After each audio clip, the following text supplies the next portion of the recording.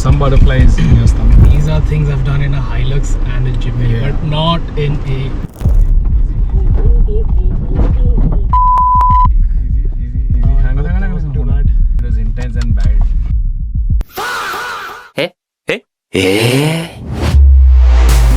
This is the most powerful subcompact crossover you can buy today. It's also the only car in this segment to get a CNG automatic option. Meet the 2026 Tata Punch Facelift.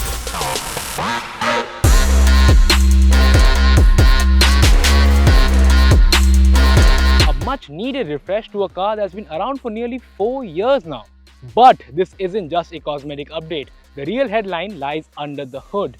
The Punch now gets 3 powertrain options: the familiar 1.2-litre naturally aspirated petrol, its CNG bi-fuel version, and now a turbo petrol that makes a whopping 120 horsepower and 170 Nm of torque.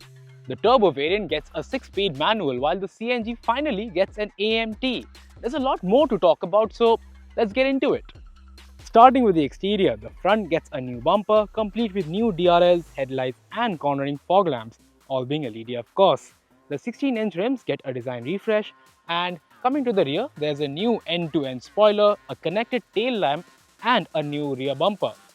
Inside, the dashboard and the door cards now get dual-tone treatment with an entirely new capacitive base center console that now hosts a 10.25-inch updated infotainment, much similar to the Altroz.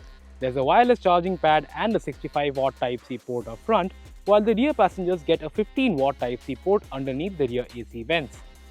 The inclusion of the new 360-degree camera with the blind spot detection is a very well integrated upgrade that helps quickly switch lanes without proving to be too visually intrusive. The seats are all new, getting better thigh support and bolstering with an armrest in between, which is a very welcome addition.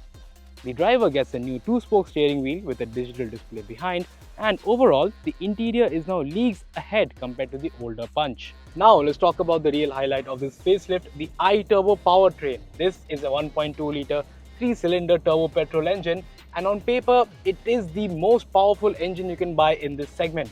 That being said, the engine is still based on Tata's Powertrain platform, and you can feel that immediately. Being a 3-cylinder unit, refinement isn't its strongest forte. The motor comes across as quite noisy and vibrations are noticeable, especially through the clutch pedal. Low and mid-range performance is where the iTurbo shines, but this engine really does not enjoy being pushed all the way to the red line. Yes, it's powerful and torquey, but it does not encourage enthusiastic driving. It feels more like a strong commuter engine rather than something you'd wring out. The clutch and gearbox combination also leave a lot to be desired.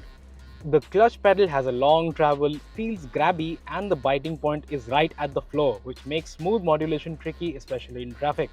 The gearbox itself feels light and somewhat toy-like, lacking the mechanical heft and slickness you'd expect in this segment.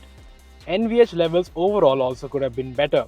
You're always aware of the engine at idle and even while cruising, which takes away from what could have been a more premium driving experience. The suspension setup does lean slightly on the firmer side, but it never gets uncomfortable.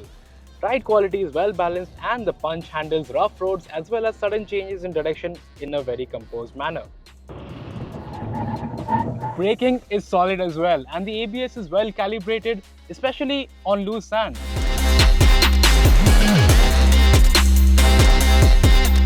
We are now driving the iCNG variant with the new automated manual transmission, and honestly, it's a breath of fresh air. The gearbox is instant to respond to throttle inputs, and there's no hesitation when getting off the line. Shifts are smooth and relaxed, but the moment you ask for power, it reacts immediately. You also get a manual mode with paddle shifters behind the wheel, which gives the driver a bit more control over the gears they want to choose. Overall, this engine and gearbox works brilliantly and is surprisingly satisfying to drive.